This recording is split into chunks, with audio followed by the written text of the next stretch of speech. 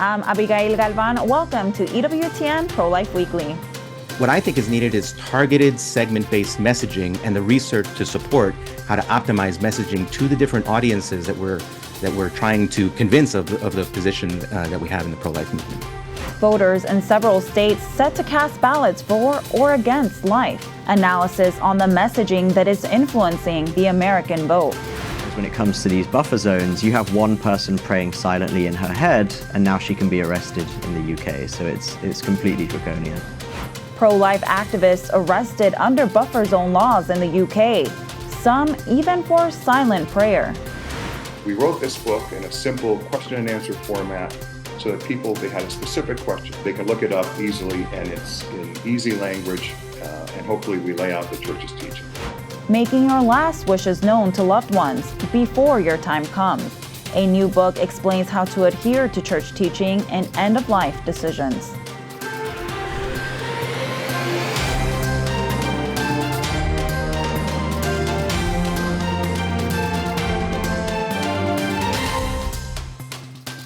The fundamental freedom of Americans to make decisions about their own bodies and not have their government tell them what to do. Will abortion swing the first post-Roe presidential election? Democratic presidential candidate Kamala Harris is betting on it, as she has based much of her campaign on the issue.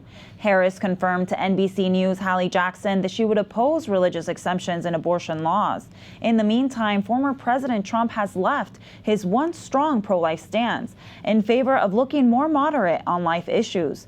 We are days away from the 2024 presidential election, and the race is neck and neck, while the presidential candidates embark on last-minute campaign tours in hopes of influencing Americans to vote for them. Voters in 10 states across the country will also be asked to vote for or against life. Take a look. Several states already have extremely liberal laws where abortion is legal in all 9 months of pregnancy, like Maryland and Colorado. Yet they are seeking to enshrine abortion in their state's constitution. In New York, it is legal until 24 weeks, but there are exceptions, including the mental health of a mother, which would allow abortion up to the moment of birth. We have concerns that could lead to courts basically interpreting the rights of minors to be, on equal footing with adults, thereby stripping away parents' rights. New York goes a step further in its Prop 1 ballot, known as the Equal Rights Amendment, to include gender identity protections, which can override parental consent for children seeking life-altering gender reassignment. 2 very pro-life states will unfortunately have abortion ballot measures. Missouri, where abortion is illegal with limited exceptions, could see it expand to allow abortion until viability. South Dakota, where babies are protected during all 9 months of pregnancy, has an initiative to constitutionalize abortion and prevent the state from regulating it in the first trimester, but allow for some regulations in the second trimester. Florida, where a 6-week abortion limit just took effect in May of this year, could be obliterated with Amendment 4, which would expand abortion until viability or beyond if a woman gets approval from a healthcare provider. It would wipe out all the pro-life laws in Florida, very likely. It would eliminate the parental involvement law. There's a very good chance it would require taxpayer funding of abortion through Florida's Medicaid program. And it would also essentially legalize abortion throughout all 9 months of pregnancy. Parental consent for minors seeking an abortion could also be removed. In Florida, the measure needs 60% of voters to approve it in order for it to pass. Montana voters will decide on keeping the current viability abortion law, which is around 24 weeks.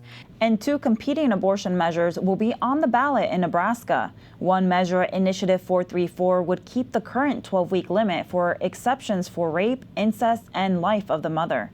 Initiative 439 would enshrine abortion up until viability, about 24 weeks. It's very clear Catholics in Nebraska should be voting against Initiative 439. It is an unsafe, unregulated, un-Nebraskan abortion proposal. Catholic leaders are asking voters to choose the lesser of 2 evils there. The two swing states with abortion measures, Nevada and Arizona. Arizona allows abortion up until the 15th week of pregnancy, when some doctors say the baby is capable of feeling pain. Voters there could extend the window of abortion up until viability. In Nevada, voters will decide on whether or not to enshrine the current abortion law of 24 weeks into the state constitution. Exceptions for the physical or mental health of the mother has the Nevada right to life concerned. In our law, viability is defined as 6 months, 24 weeks. That's going to go away, and it will be replaced with a viability standard that's left up to the abortionist. Health is a big it's a big loophole. Health is considered emotional health, financial health. It can be any number of things, any kinds of transitory conditions that could be just, today I'm not feeling good and I don't feel like I can do this. Nevada has 2 election cycles, so the measure needs to pass this year and then again in 2026. So we won't have results for another 2 years. Hans Plate, president of Enea Research, has over 25 years of experience providing professional market research to industry-leading companies. He's also worked with major pro-life organizations like Students for Life. He joins us now to provide insight on what could be hurting the pro-life messaging. Hans, thank you so much for joining us today. So, state abortion ballot initiatives have not lost once in the wake of the overturning of Roe. How much of this would you attribute to the pro-abortion side's messaging? A good amount. I really think there are 2 things that are going on. While overturning of Roe was obviously a very good thing, I think it happened without having sufficiently changed the hearts and minds of people on abortion, which is why we're seeing what we're seeing at the state level. And so more work needs to be done there, specifically as you say, on messaging and the delivery of that message. Unfortunately, the other side has come to own compassion. But really, we're the ones that should own compassion. We have the truly compassionate position. But the other side has cornered us with good narratives, right? We force women to carry the child, according to them, right? We force women and babies into poverty. And so we need to work stronger around coming up with better messaging to overcome that. You're exactly right. So I know you've mentioned that research plays a large role in developing winning language. If I may say, what research opportunities do you see that could help the pro-life movement have more wins at the state level? Yeah, so I don't know exactly what is happening in the pro-life movement for all of the different messages and the strategies or research and strategy that they do. But I would think of research as something that isn't a particular study, but it's a program, right? You need to do research to understand who are we trying to convince, what are their current beliefs. Then you use that to develop a variety of different messaging options that you then test in research, refine through research, and then you measure the impact of change. And I don't know that all of that has been done.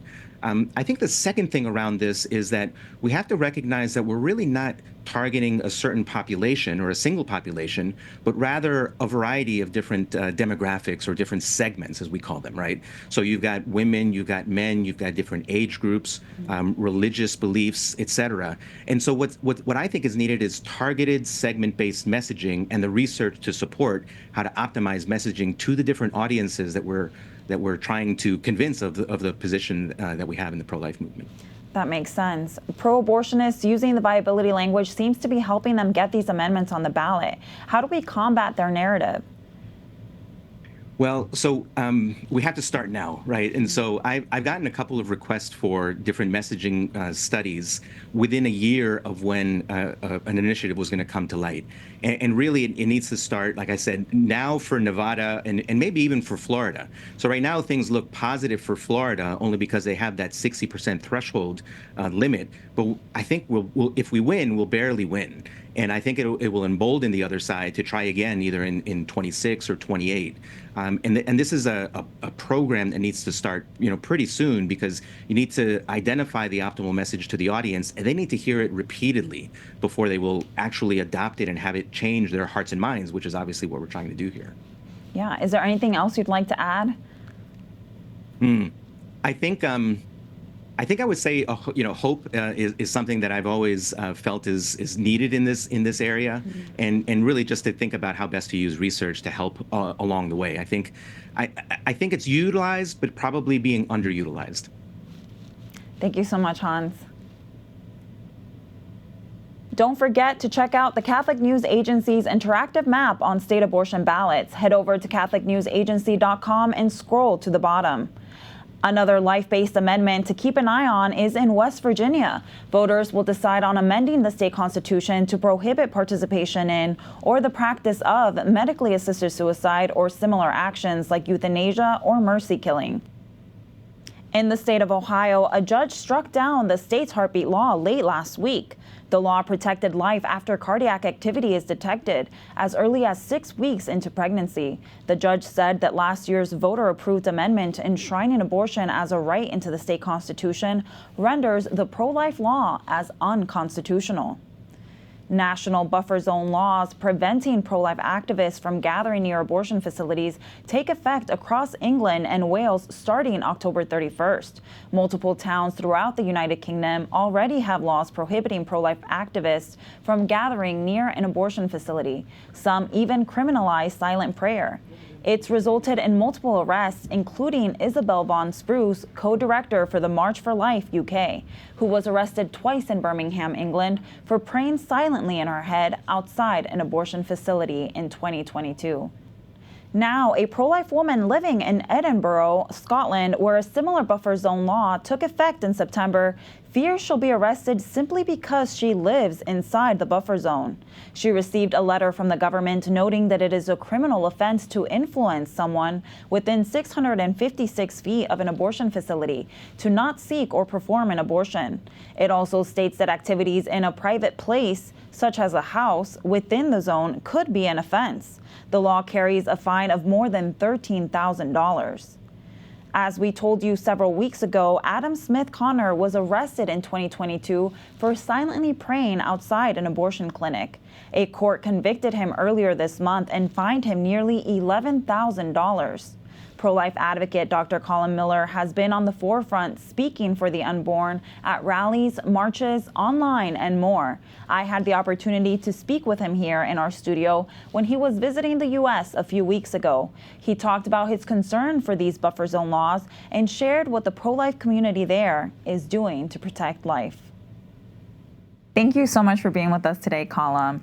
Before we talk to you about the buffer zone laws, can you tell us what kind of a community of pro-lifers exists in England, Scotland, and Wales?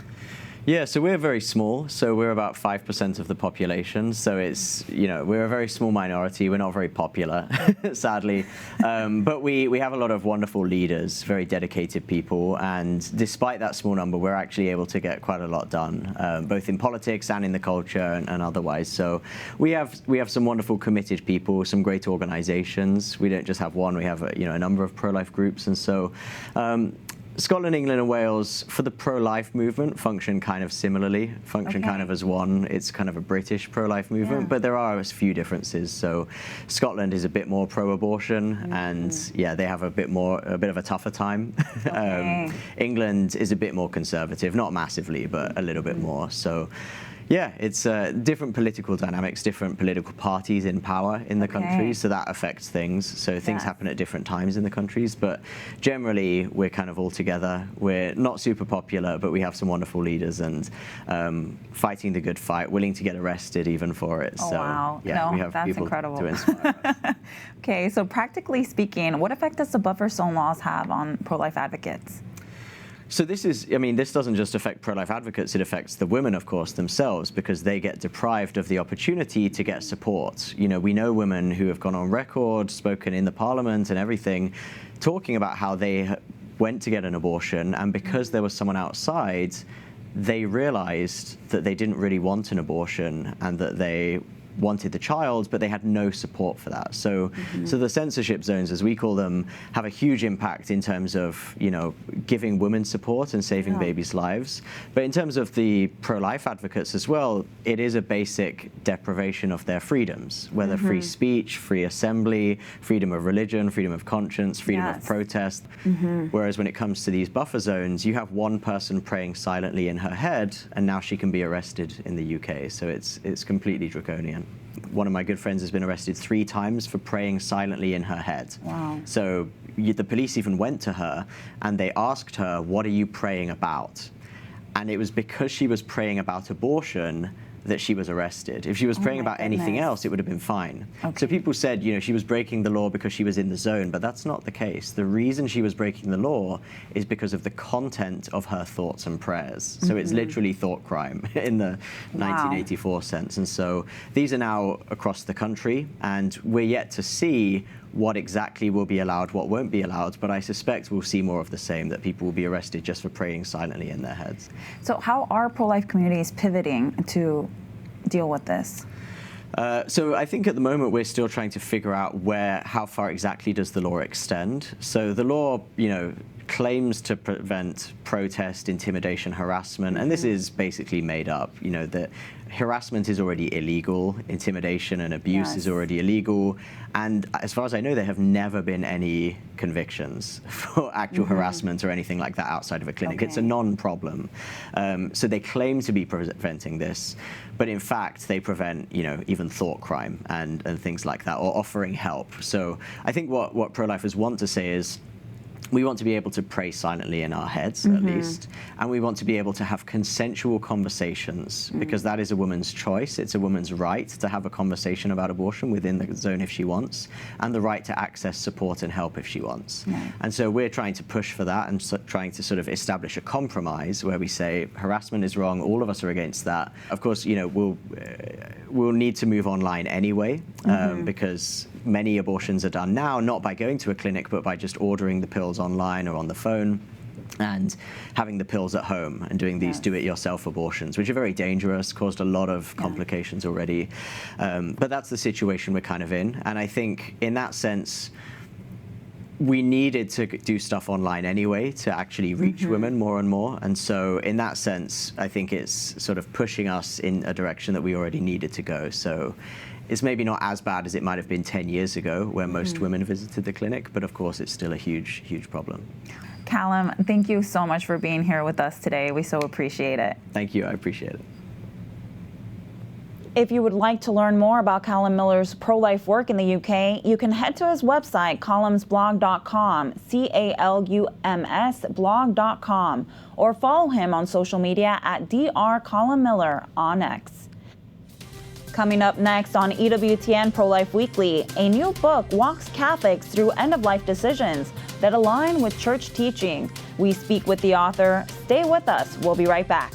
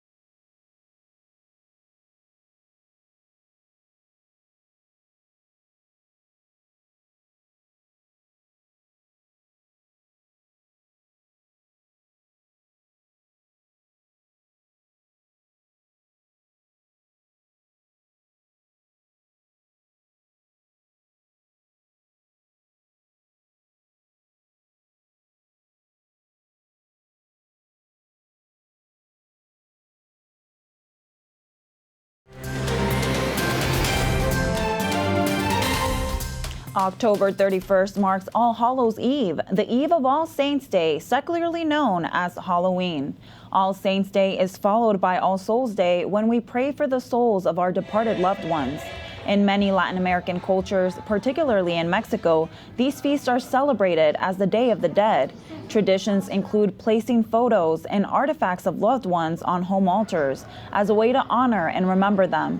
You can find these altars in churches across the U.S. and in Latin America, so parishioners can pray for their lost friends and family members. Nearing the end of life can mean, in some cases, making a major ethical decision. Quality of life, pain, the use of life-prolonging technology, and withdrawing treatment are just some of the issues that a patient and their loved ones can face. A recently released book called Now and at the Hour of Our Death, Making Moral Decisions at the End of Life, helps Catholics who want to align their decisions with church teaching. The co-author Nicholas T. Nicas spoke with Montse Alvarado about the importance of learning to navigate through end-of-life care situations. What prompted you to co-author this new book? Well, this book is the product of many talks on end-of-life decision-making in parishes over the last 10, 15, 20 years. And it's the questions we received at the end of those presentations. And what we realized is, yeah, there are maybe a small percentage of people who consider themselves Catholic and just say, no one is going to tell me what to do at the end of life. But for most people in the parishes, they really wanted to do the right thing. They just were never taught. And they had lots of questions. And so we wrote this book to be a resource for the average Catholic about how to prepare before the crisis hits on end-of-life decision-making. Look, if someone dies in a car accident, that's a horrible, terrible shock. But there's really no decision-making except funeral and taking care of someone's estate.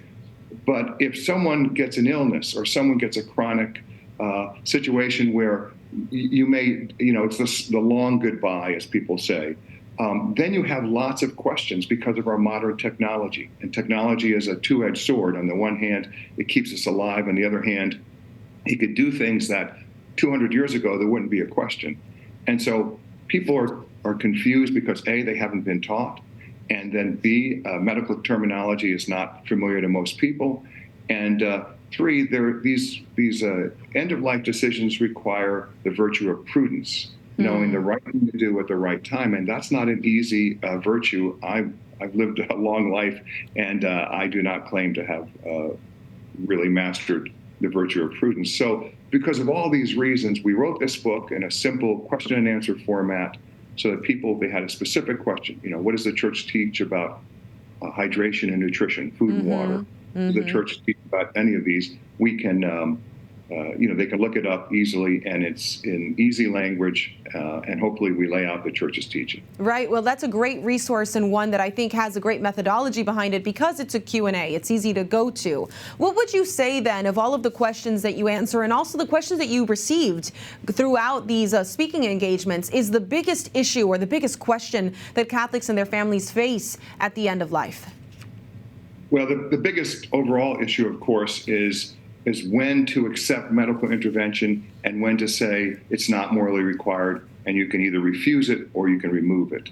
Now, the church teaches that the principle is easy to state, it's hard to apply. The principle is everybody has a moral duty to use ordinary or proportionate care, but you don't have a duty to use extraordinary, extraordinary, or disproportionate care. Now, simply saying that doesn't tell you anything. I say that to people and I say, okay, thanks for coming, and then I'm going to leave. No one really has an understanding of that. So the difficult question is, so what everyone wants in our technological age is an algorithm. If you always put these three facts in, crank it 3 times, here's the answer. And that's not how this works. This is why, again, the reason we wrote this book also was to say, look, you can't think clearly once a crisis hits. Once your loved one is in distress, it's very hard to think rationally. So prepare beforehand. And this book hopefully sets that out. But that's the biggest issue. And then the church also says that this disproportionate or ordinary care, trying to figure all this out, depends on the, quote, concrete circumstances, end quote, of a person's condition. So if I had 50 people in a room, all 50 people are going to die differently, different Right. diseases, different circumstances, who has more money. If you're Jeff Bezos and you have to pay $1 million a day for a medical intervention, it's not a big deal. But 99.99% of the people, they're simply not going to be able to afford it. So there's no one clear, easy answer. The church isn't relativistic. The church's principles are clear and timeless. But it's the application that's difficult. Right, it is. It's a huge challenge. Do you think, and in the questions that you've received, that doctors pressure patients and their families to make immoral decisions or decisions that the Catholic Church would consider questionable? And how can Catholics be prepared for that besides being well-informed themselves? I don't want to paint broadly, all doctors do this. Of course not, right. Just like, as a lawyer, all lawyers are this or all lawyers are that. There are doctors who understand the right principles, and there are doctors who don't. The one thing is, you can't assume that the medical profession, like the legal profession, is always going to have your best interests spiritually at heart. So one of the things we recommend in the book, not as a legal issue, for legal issues, we say go to your licensed and competent attorney and have them draft whatever you need. But from a moral position, we say appoint someone who is well-formed in the faith to be your durable healthcare power of attorney in case you're incapacitated. And then they can advocate for you. But they can only advocate for you if they understand the church's teaching, which is another reason we wrote this book, so that people could say, once a crisis hits, or if you're incapacitated, you're in a coma, whatever, then someone who knows the church's teaching can say yes here, but no here for these moral reasons. Now, you are a lawyer. You've mentioned that, and I promise I won't make any lawyer jokes. But the reality is that this has become a legal issue that's being legislated around the country and around the world, at the country level and at the state level. Does your book say anything about the growing trends on euthanasia, or does it play into this arena of specialized legal knowledge, but also medical knowledge around the killing of vulnerable people? So what we say about this book isn't specifically about assisted suicide or euthanasia, but we do make clear in a number of answers to a number of the questions here that the church's constant teaching is that assisted suicide and euthanasia are grave moral evils. Now, what's confusing for people is, let's say you had a situation, as an example I always use, two patients in 2 rooms next to each other, both on ventilators, and assume that the moral analysis has been already done, that in room A, it is moral to remove the ventilator. If you remove the ventilator, the person dies, the underlying disease takes its course, and the person dies. Now you have, the soul is separated from the body at some point, and you have a corpse. But assume the same situation where the patient is incapacitated on a ventilator in room B, and the moral analysis has been done in that person's situation, it would be immoral to remove it. But if you remove it, the underlying disease takes its course, and the patient dies. Now, what's confusing for people is the same act of removing the ventilator, the same situation, same result, 2 people die, but why is one moral and one not? And that is, people are confused. Well, is that assisted suicide? So the church's teaching is clear. If you make the moral analysis and the care is disproportionate or extraordinary, removing someone from a medical intervention is not the equivalent of assisted suicide or euthanasia, but simply recognizing that a person is in a state where nothing can be done and the underlying disease will take it. So the danger that we try to, the 2 extremes that we try to avoid in the book is either pushing people to death too soon, like many countries do with assisted suicide and euthanasia, or over-medicalizing people when there's no realistic chance and there's no moral duty to continue interventions. Now, again, that's a difficult prudential judgment, and we hope that the book sets forth principles that helps people. I think if there was any takeaway from this, it's prepare before the crisis. Go home and talk with your spouse, your adult children, your friends, anyone who's going to have a say in this decision-making process for you, and talk about what the church teaches, read up, form your conscience well before the crisis. If you do that, you have a much better chance of getting it right. And of course, at the end of the day, this book is also about happiness. You would think, well, why is it about happiness? Because ultimately, we all want to try and strive to do God's will. And if you make good decisions at the end of life, you'll be in that situation. Thank you so much, Nick. You're very welcome. Thank you for having me. Of course. You can purchase Nicolas Nikis's book, Now and at the Hour of Our Death, Making Moral Decisions at the End of Life, on Ignatius.com, and find the book through the search bar. That does it for this edition of EWTN Pro-Life Weekly. Don't forget to sign up for our newsletter, The Pro-Life Pulse, EWTN.com/pro-life. Remember, life is a gift. Your life is a gift. God bless.